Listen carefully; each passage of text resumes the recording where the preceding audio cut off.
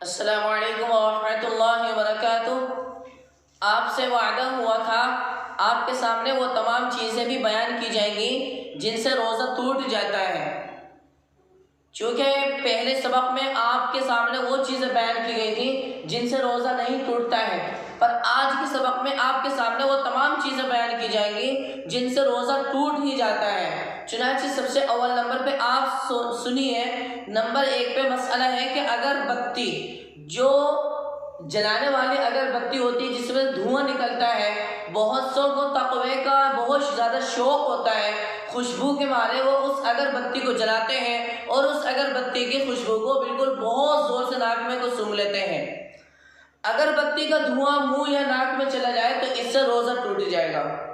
Number 2، روزے کی حالت میں بھپارا یعنی انہیلر کا استعمال کرنا، یعنی ایک طریقے سے ایک سسٹم ہوتا ہے جس سے بھاپ جو ہے ناک کے ذریعے سے، منہ کے ذریعے سے اندر جاتے ہیں، تو انہیلر یعنی بھپارے کا استعمال کرنا یہ بھی روزے کو توڑ دیتا ہے۔ روزے کے حالت میں جان بوجھ کر الٹی کرنا، اس سے بھی روزہ ٹوٹ جاتا ہے۔ اسی طریقے سے نکسیر پھوٹتی ہے، اس کا خون کسی کا پیٹ کے اندر ہی چلا گیا حلق کے راستے سے تو اس کا روزہ ٹوٹ جائے گا۔ اسی طریقے سے روزے کی حالت میں منہ میں پان دبا کر سو گیا، منہ میں پان دبا کر سو گیا اور جب اٹھا تو روزے کی حالت تھی، یہ روزے کی حالت میں پان منہ میں دبا لیا تو اس سے روزہ ٹوٹ جائے گا۔ اسی طریقے سے کلی کرتے وقت بلا اختیار پانی حلق میں چلا جائے، یاد ہے بندے کو کہ روزہ ہے میرا، پر وضو کر رہا ہے یا اور بھی کچھ کام کر رہا ہے، لیکن کلی کرتے کرتے اس کو پانی حلق کے راستے سے پیٹ میں چلا گیا تو اس وقت اس کا روزہ ٹوٹ جائے گا۔ اور اگر کلی کر دی تھی پھر وہ پانی کی تراوٹ باقی رہ گئی تھی،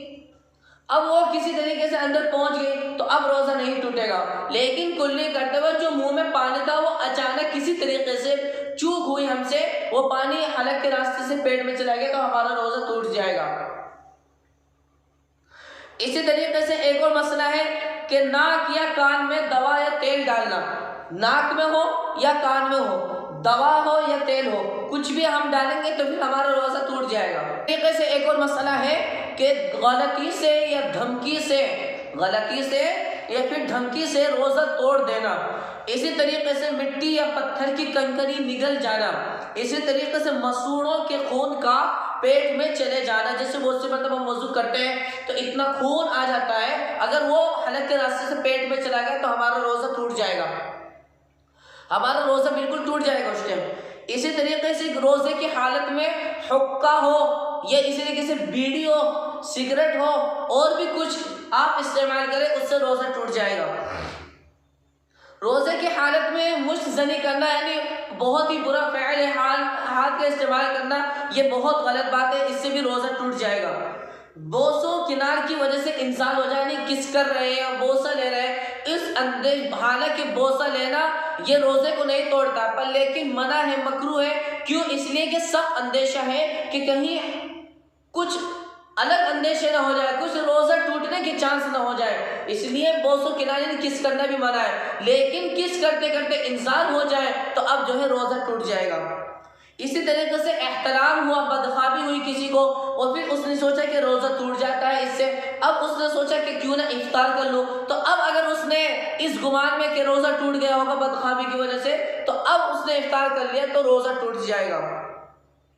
بے شمار ایسے مسائل ہیں۔ اسی طریقے سے روزے میں عورت کے ساتھ زبردستی جماع کرنا، ہم بستری کرنا، یہ بھی سیکس کرنا، یہ بھی روزے کو توڑ دیتا ہے۔ مسافر کا روزہ توڑ دینا، مسافر ہے، سفر کر رہا ہے، لیکن جب معلوم ہے کہ ہمارے اوپر اللہ کی طرف سے یہ سہولت اور یہ اللہ کی طرف سے ہمیں رخصت ملی ہے، ڈھیل ملی ہے کہ ہم سفر کی حالت میں روزہ نہیں رکھ سکتے، ایسی گنجائش نہیں، پر اس نے روزہ رکھا، پھر سفر کر رہا تھا، اتنی سخت پریشانی ہے کہ اسے روزہ توڑنا پڑا، تو پھر مسافر کا روزہ توڑ دینا بھی اس کا یہ سمجھ لو ایسا ہے جیسے اس نے روزہ توڑ دیا۔ روزے کی حالت میں انہیں میں رہنا، یعنی پیچھے کے راستے سے جہاں سے ٹوائلٹ ہوتی ہے وہاں اس راستے سے کچھ دوائی چڑھائی جاتی ہے، اس سے بھی روزہ ٹوٹ جاتا ہے۔ اسی طریقے سے بواسیر ایک بیماری ہوتی ہے، اس کے اندر مسوں پر دوا لگانا، یہ بھی آدمی کے روزے کو توڑ دیتا ہے۔ اسی طریقے سے مرد کی پیشاب کی نالی میں دوا ٹپکانا، مرد کی پیشاب کی نالی میں دوا ٹپکانا، اس سے بھی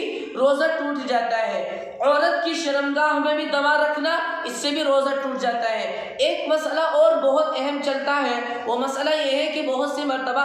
ہاسپٹلوں میں جو نرس ہوتی ہے وہ یہ کام کرتی ہے کہ عورت کی شرمگاہ میں ہاتھ ڈالتی ہے۔ اس سلسلے میں تفصیل ہے کہ اگر نرس کا ہاتھ گیلا نہیں تھا، کوئی دوائی اس پہ نہیں لگی تھی اور عورت کی شرمگاہ میں وہ داخل کیا ہے کسی وجہ سے، تو پھر اس کا روزہ نہیں ٹوٹے گا۔ لیکن اگر وہ گیلا تھا یا ہاتھ پر دوائی لگی ہوئی تھی، عورت کی شرمگاہ میں وہ ہاتھ داخل کیا گیا، کسی وجہ سے مجبوری ہوتی ہے، بہرحال علاج ہوتا ہے، تو اب اس عورت کا روزہ ٹوٹ جائے گا، اس مریض عورت کا روزہ ٹوٹ جائے گا۔ یہ چند میں نے بات آپ کے سامنے بیان فرمائی ہے کہ جن میں ہمیں خاص طور سے اہتمام کرنا چاہیے کہ اگر یہ کام ہم نے کر دی تو ہمارا روزہ بالکل ٹوٹ جائے گا، اب کوئی اس میں چانس نہیں ہے کہ ہمارا روزہ جو ہے باقی رہے۔ بہرحال اللہ تعالی ہمیں تمام دینی مسائل پر عمل کرنے کی پوری توفیق نصیب فرمائے۔